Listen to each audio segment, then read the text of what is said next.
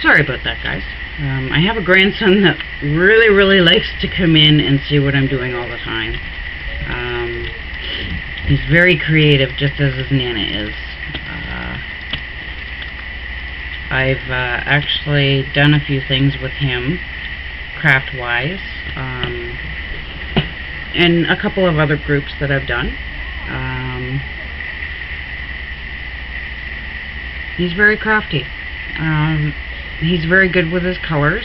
He's only 3.5, but he's very good with his colors. He's very talented with his colors, and very creative. Okay, so I'm going to dry this, so bear with me. I know everyone hates hearing the sound of these things, and no, I do not have a heat gun.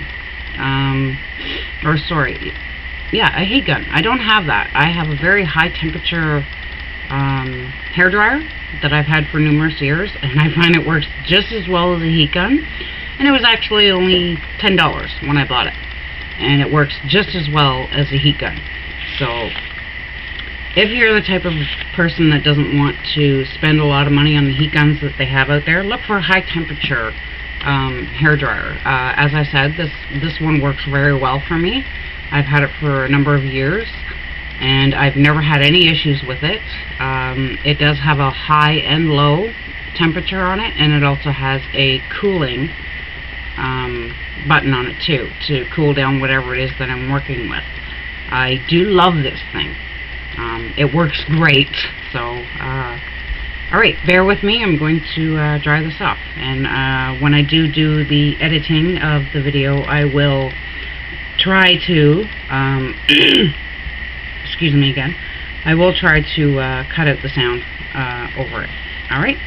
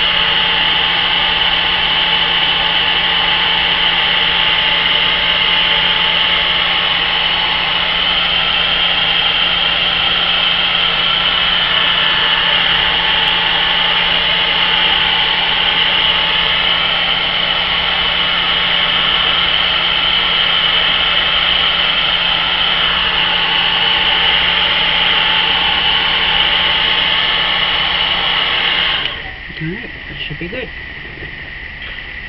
And now I'm just going to peel it off. I am noticing that suddenly, which this has never happened before, but suddenly, with this, painting this, and using the homemade gesso, because there is baby powder and glycerin in it, it just helps with the flow of the baby powder and the homemade gesso with the glue and everything that's in it. It also keeps it from going bad. Using the glycerin, I'm sorry, not the glycerin, the rubbing alcohol. If you use rubbing alcohol, it is good for you to use that in your homemade gessos because it keeps it from going bad because you are sealing it. It will help keep your gesso from going bad and going moldy, because anytime that you do put a lid on it, the moisture inside of it, it will create mold. So word of advice, always try to use a higher percentage of rubbing alcohol. I use 99%. I have tried using the 70%, but notice that it doesn't work as well as the 99%. So just a little tip there. I'm one person that likes to hear as many tips as I possibly can when it comes to creating things. I find the more tips that there are in the crafts that you're producing, I find makes it better, your craft better, and last longer. Just so you know that. So as you can see, I'm not too sure if you can see it, but it has caused a little bit of what do they call that? I can't even think of the word. Sorry guys, this is new to me with the videoing, but it is causing a little bit of I can't even think of the word. Anyways, the word will come to me, but it has created, because I put the stocking on there, which again too is just a netting stocking that I got from the dollar store that they're using for Halloween. So cheap. Don't have to go and buy it at an expensive store like Sears or Walmart or anything like that. As I said, the Dollarama here in Canada is amazing. I love it. I go there as much as possible. So many of the things that I have, I use from the dollar store. I get from the dollar store, from the Dollarama, because they are fantastic. They carry a lot of really, really good products. And a lot of them work very, very well. So, I'm not, as I said, I'm not too sure what it is I'm going to do with this. So I'm just kind of going with what I'm going to do. Isn't this gorgeous? This is so beautiful. I absolutely love this. I actually have a few rolls of different kinds. They also carry fall, which is another theme that we're doing, that I wanted to do in our group. It is a fall theme tag swap of some kind that we're going to do. I'm not too sure yet. For some of you that are watching this for my first time and your first time, I've never done tutorials, so I don't know a whole lot about how to make them and stuff, but there are a lot of things in our craft group, in our craft page, I apologize, that we are trying to get going. Our craft page is quite new. It's only about 2.5 months old right now. Myself, I'm the owner of the craft page, and I have 2 admins, which are J Divas, which I'm sure you, if you're in our craft group, you know who she is. Very talented young lady. Also, we have Nancy Snyder, who is in our craft group also, and she's my other admin, which both ladies are absolutely fabulous. I love both of them to death. They're both very talented and have helped me a lot with a lot of things that I do create. I'm sorry I keep saying a lot. I'm just a little nervous, so bear with me, ladies. I hope that you can see this. I'm trying very hard because I'm using my daughter's camera to do all of this, and I don't have it up on one of those pods, whatever it is that holds the camera. I'm kind of using a Ritz cracker box right now that holds a bunch of my clips. So, as I said, I'm very cheap. I don't believe in spending a lot of money on a lot of things. So, anyways, let's move on. I'm not too sure exactly here what I'm going to do. I love, love, love these things. These die cuts. These are absolutely amazing. As you can see, one side is plain, and then the other side has sparkles, and they're just so cute. I love them. They're absolutely adorable. Oh, I didn't even see that. Okay, so we're going to use this. As I said, I just kind of go through and look at everything. And if you guys want any more information on some of the things that you're going to see in my videos, please leave a comment. I find leaving comments on anyone's videos is very, very helpful.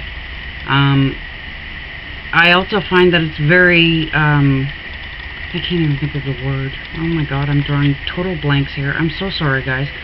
I find it a very nice gesture that when someone takes the time to post something on our page, excuse me again, sorry, that it is nice for you to leave a comment. If you're going to look at the post, be nice enough to leave a comment at least. Yeah, just be nice enough. If you took the moment to stop and look at the post, then take the spare moment to leave a comment, as it's encouraging for the people who are creating these things. And when we see that people are just going in and looking at the post and you're not leaving a comment, I find it a little rude, because you're not taking that time that person took to create that video for you to see. You know, we're all taking time out of our lives to do this, and these are things that we enjoy doing and everything, and not everybody has the same taste as a lot of crafters do, but it's just a very nice gesture that if you're going to look at the video or the pictures and people can see that you've looked at the videos or the pictures, please be nice enough to leave a comment. Even just something along the lines of nice or beautiful. You know, one sentence is even nice enough, because it encourages people like us who may be just starting out to do this, to do the crafting and the tutorials and the videos that we do, because we're taking time out of our lives, because it's something that we want to share with you. And it makes us feel better to know that you guys are there and you're commenting on our videos. It helps us.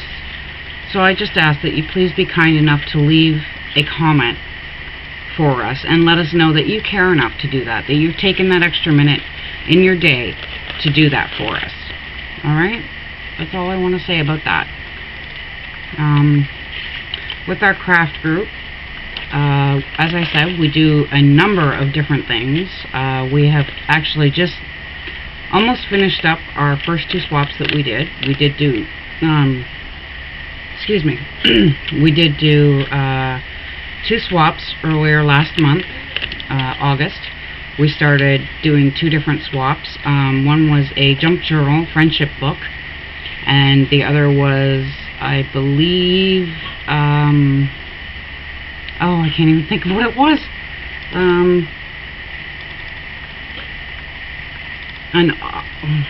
Sorry, hang on, guys.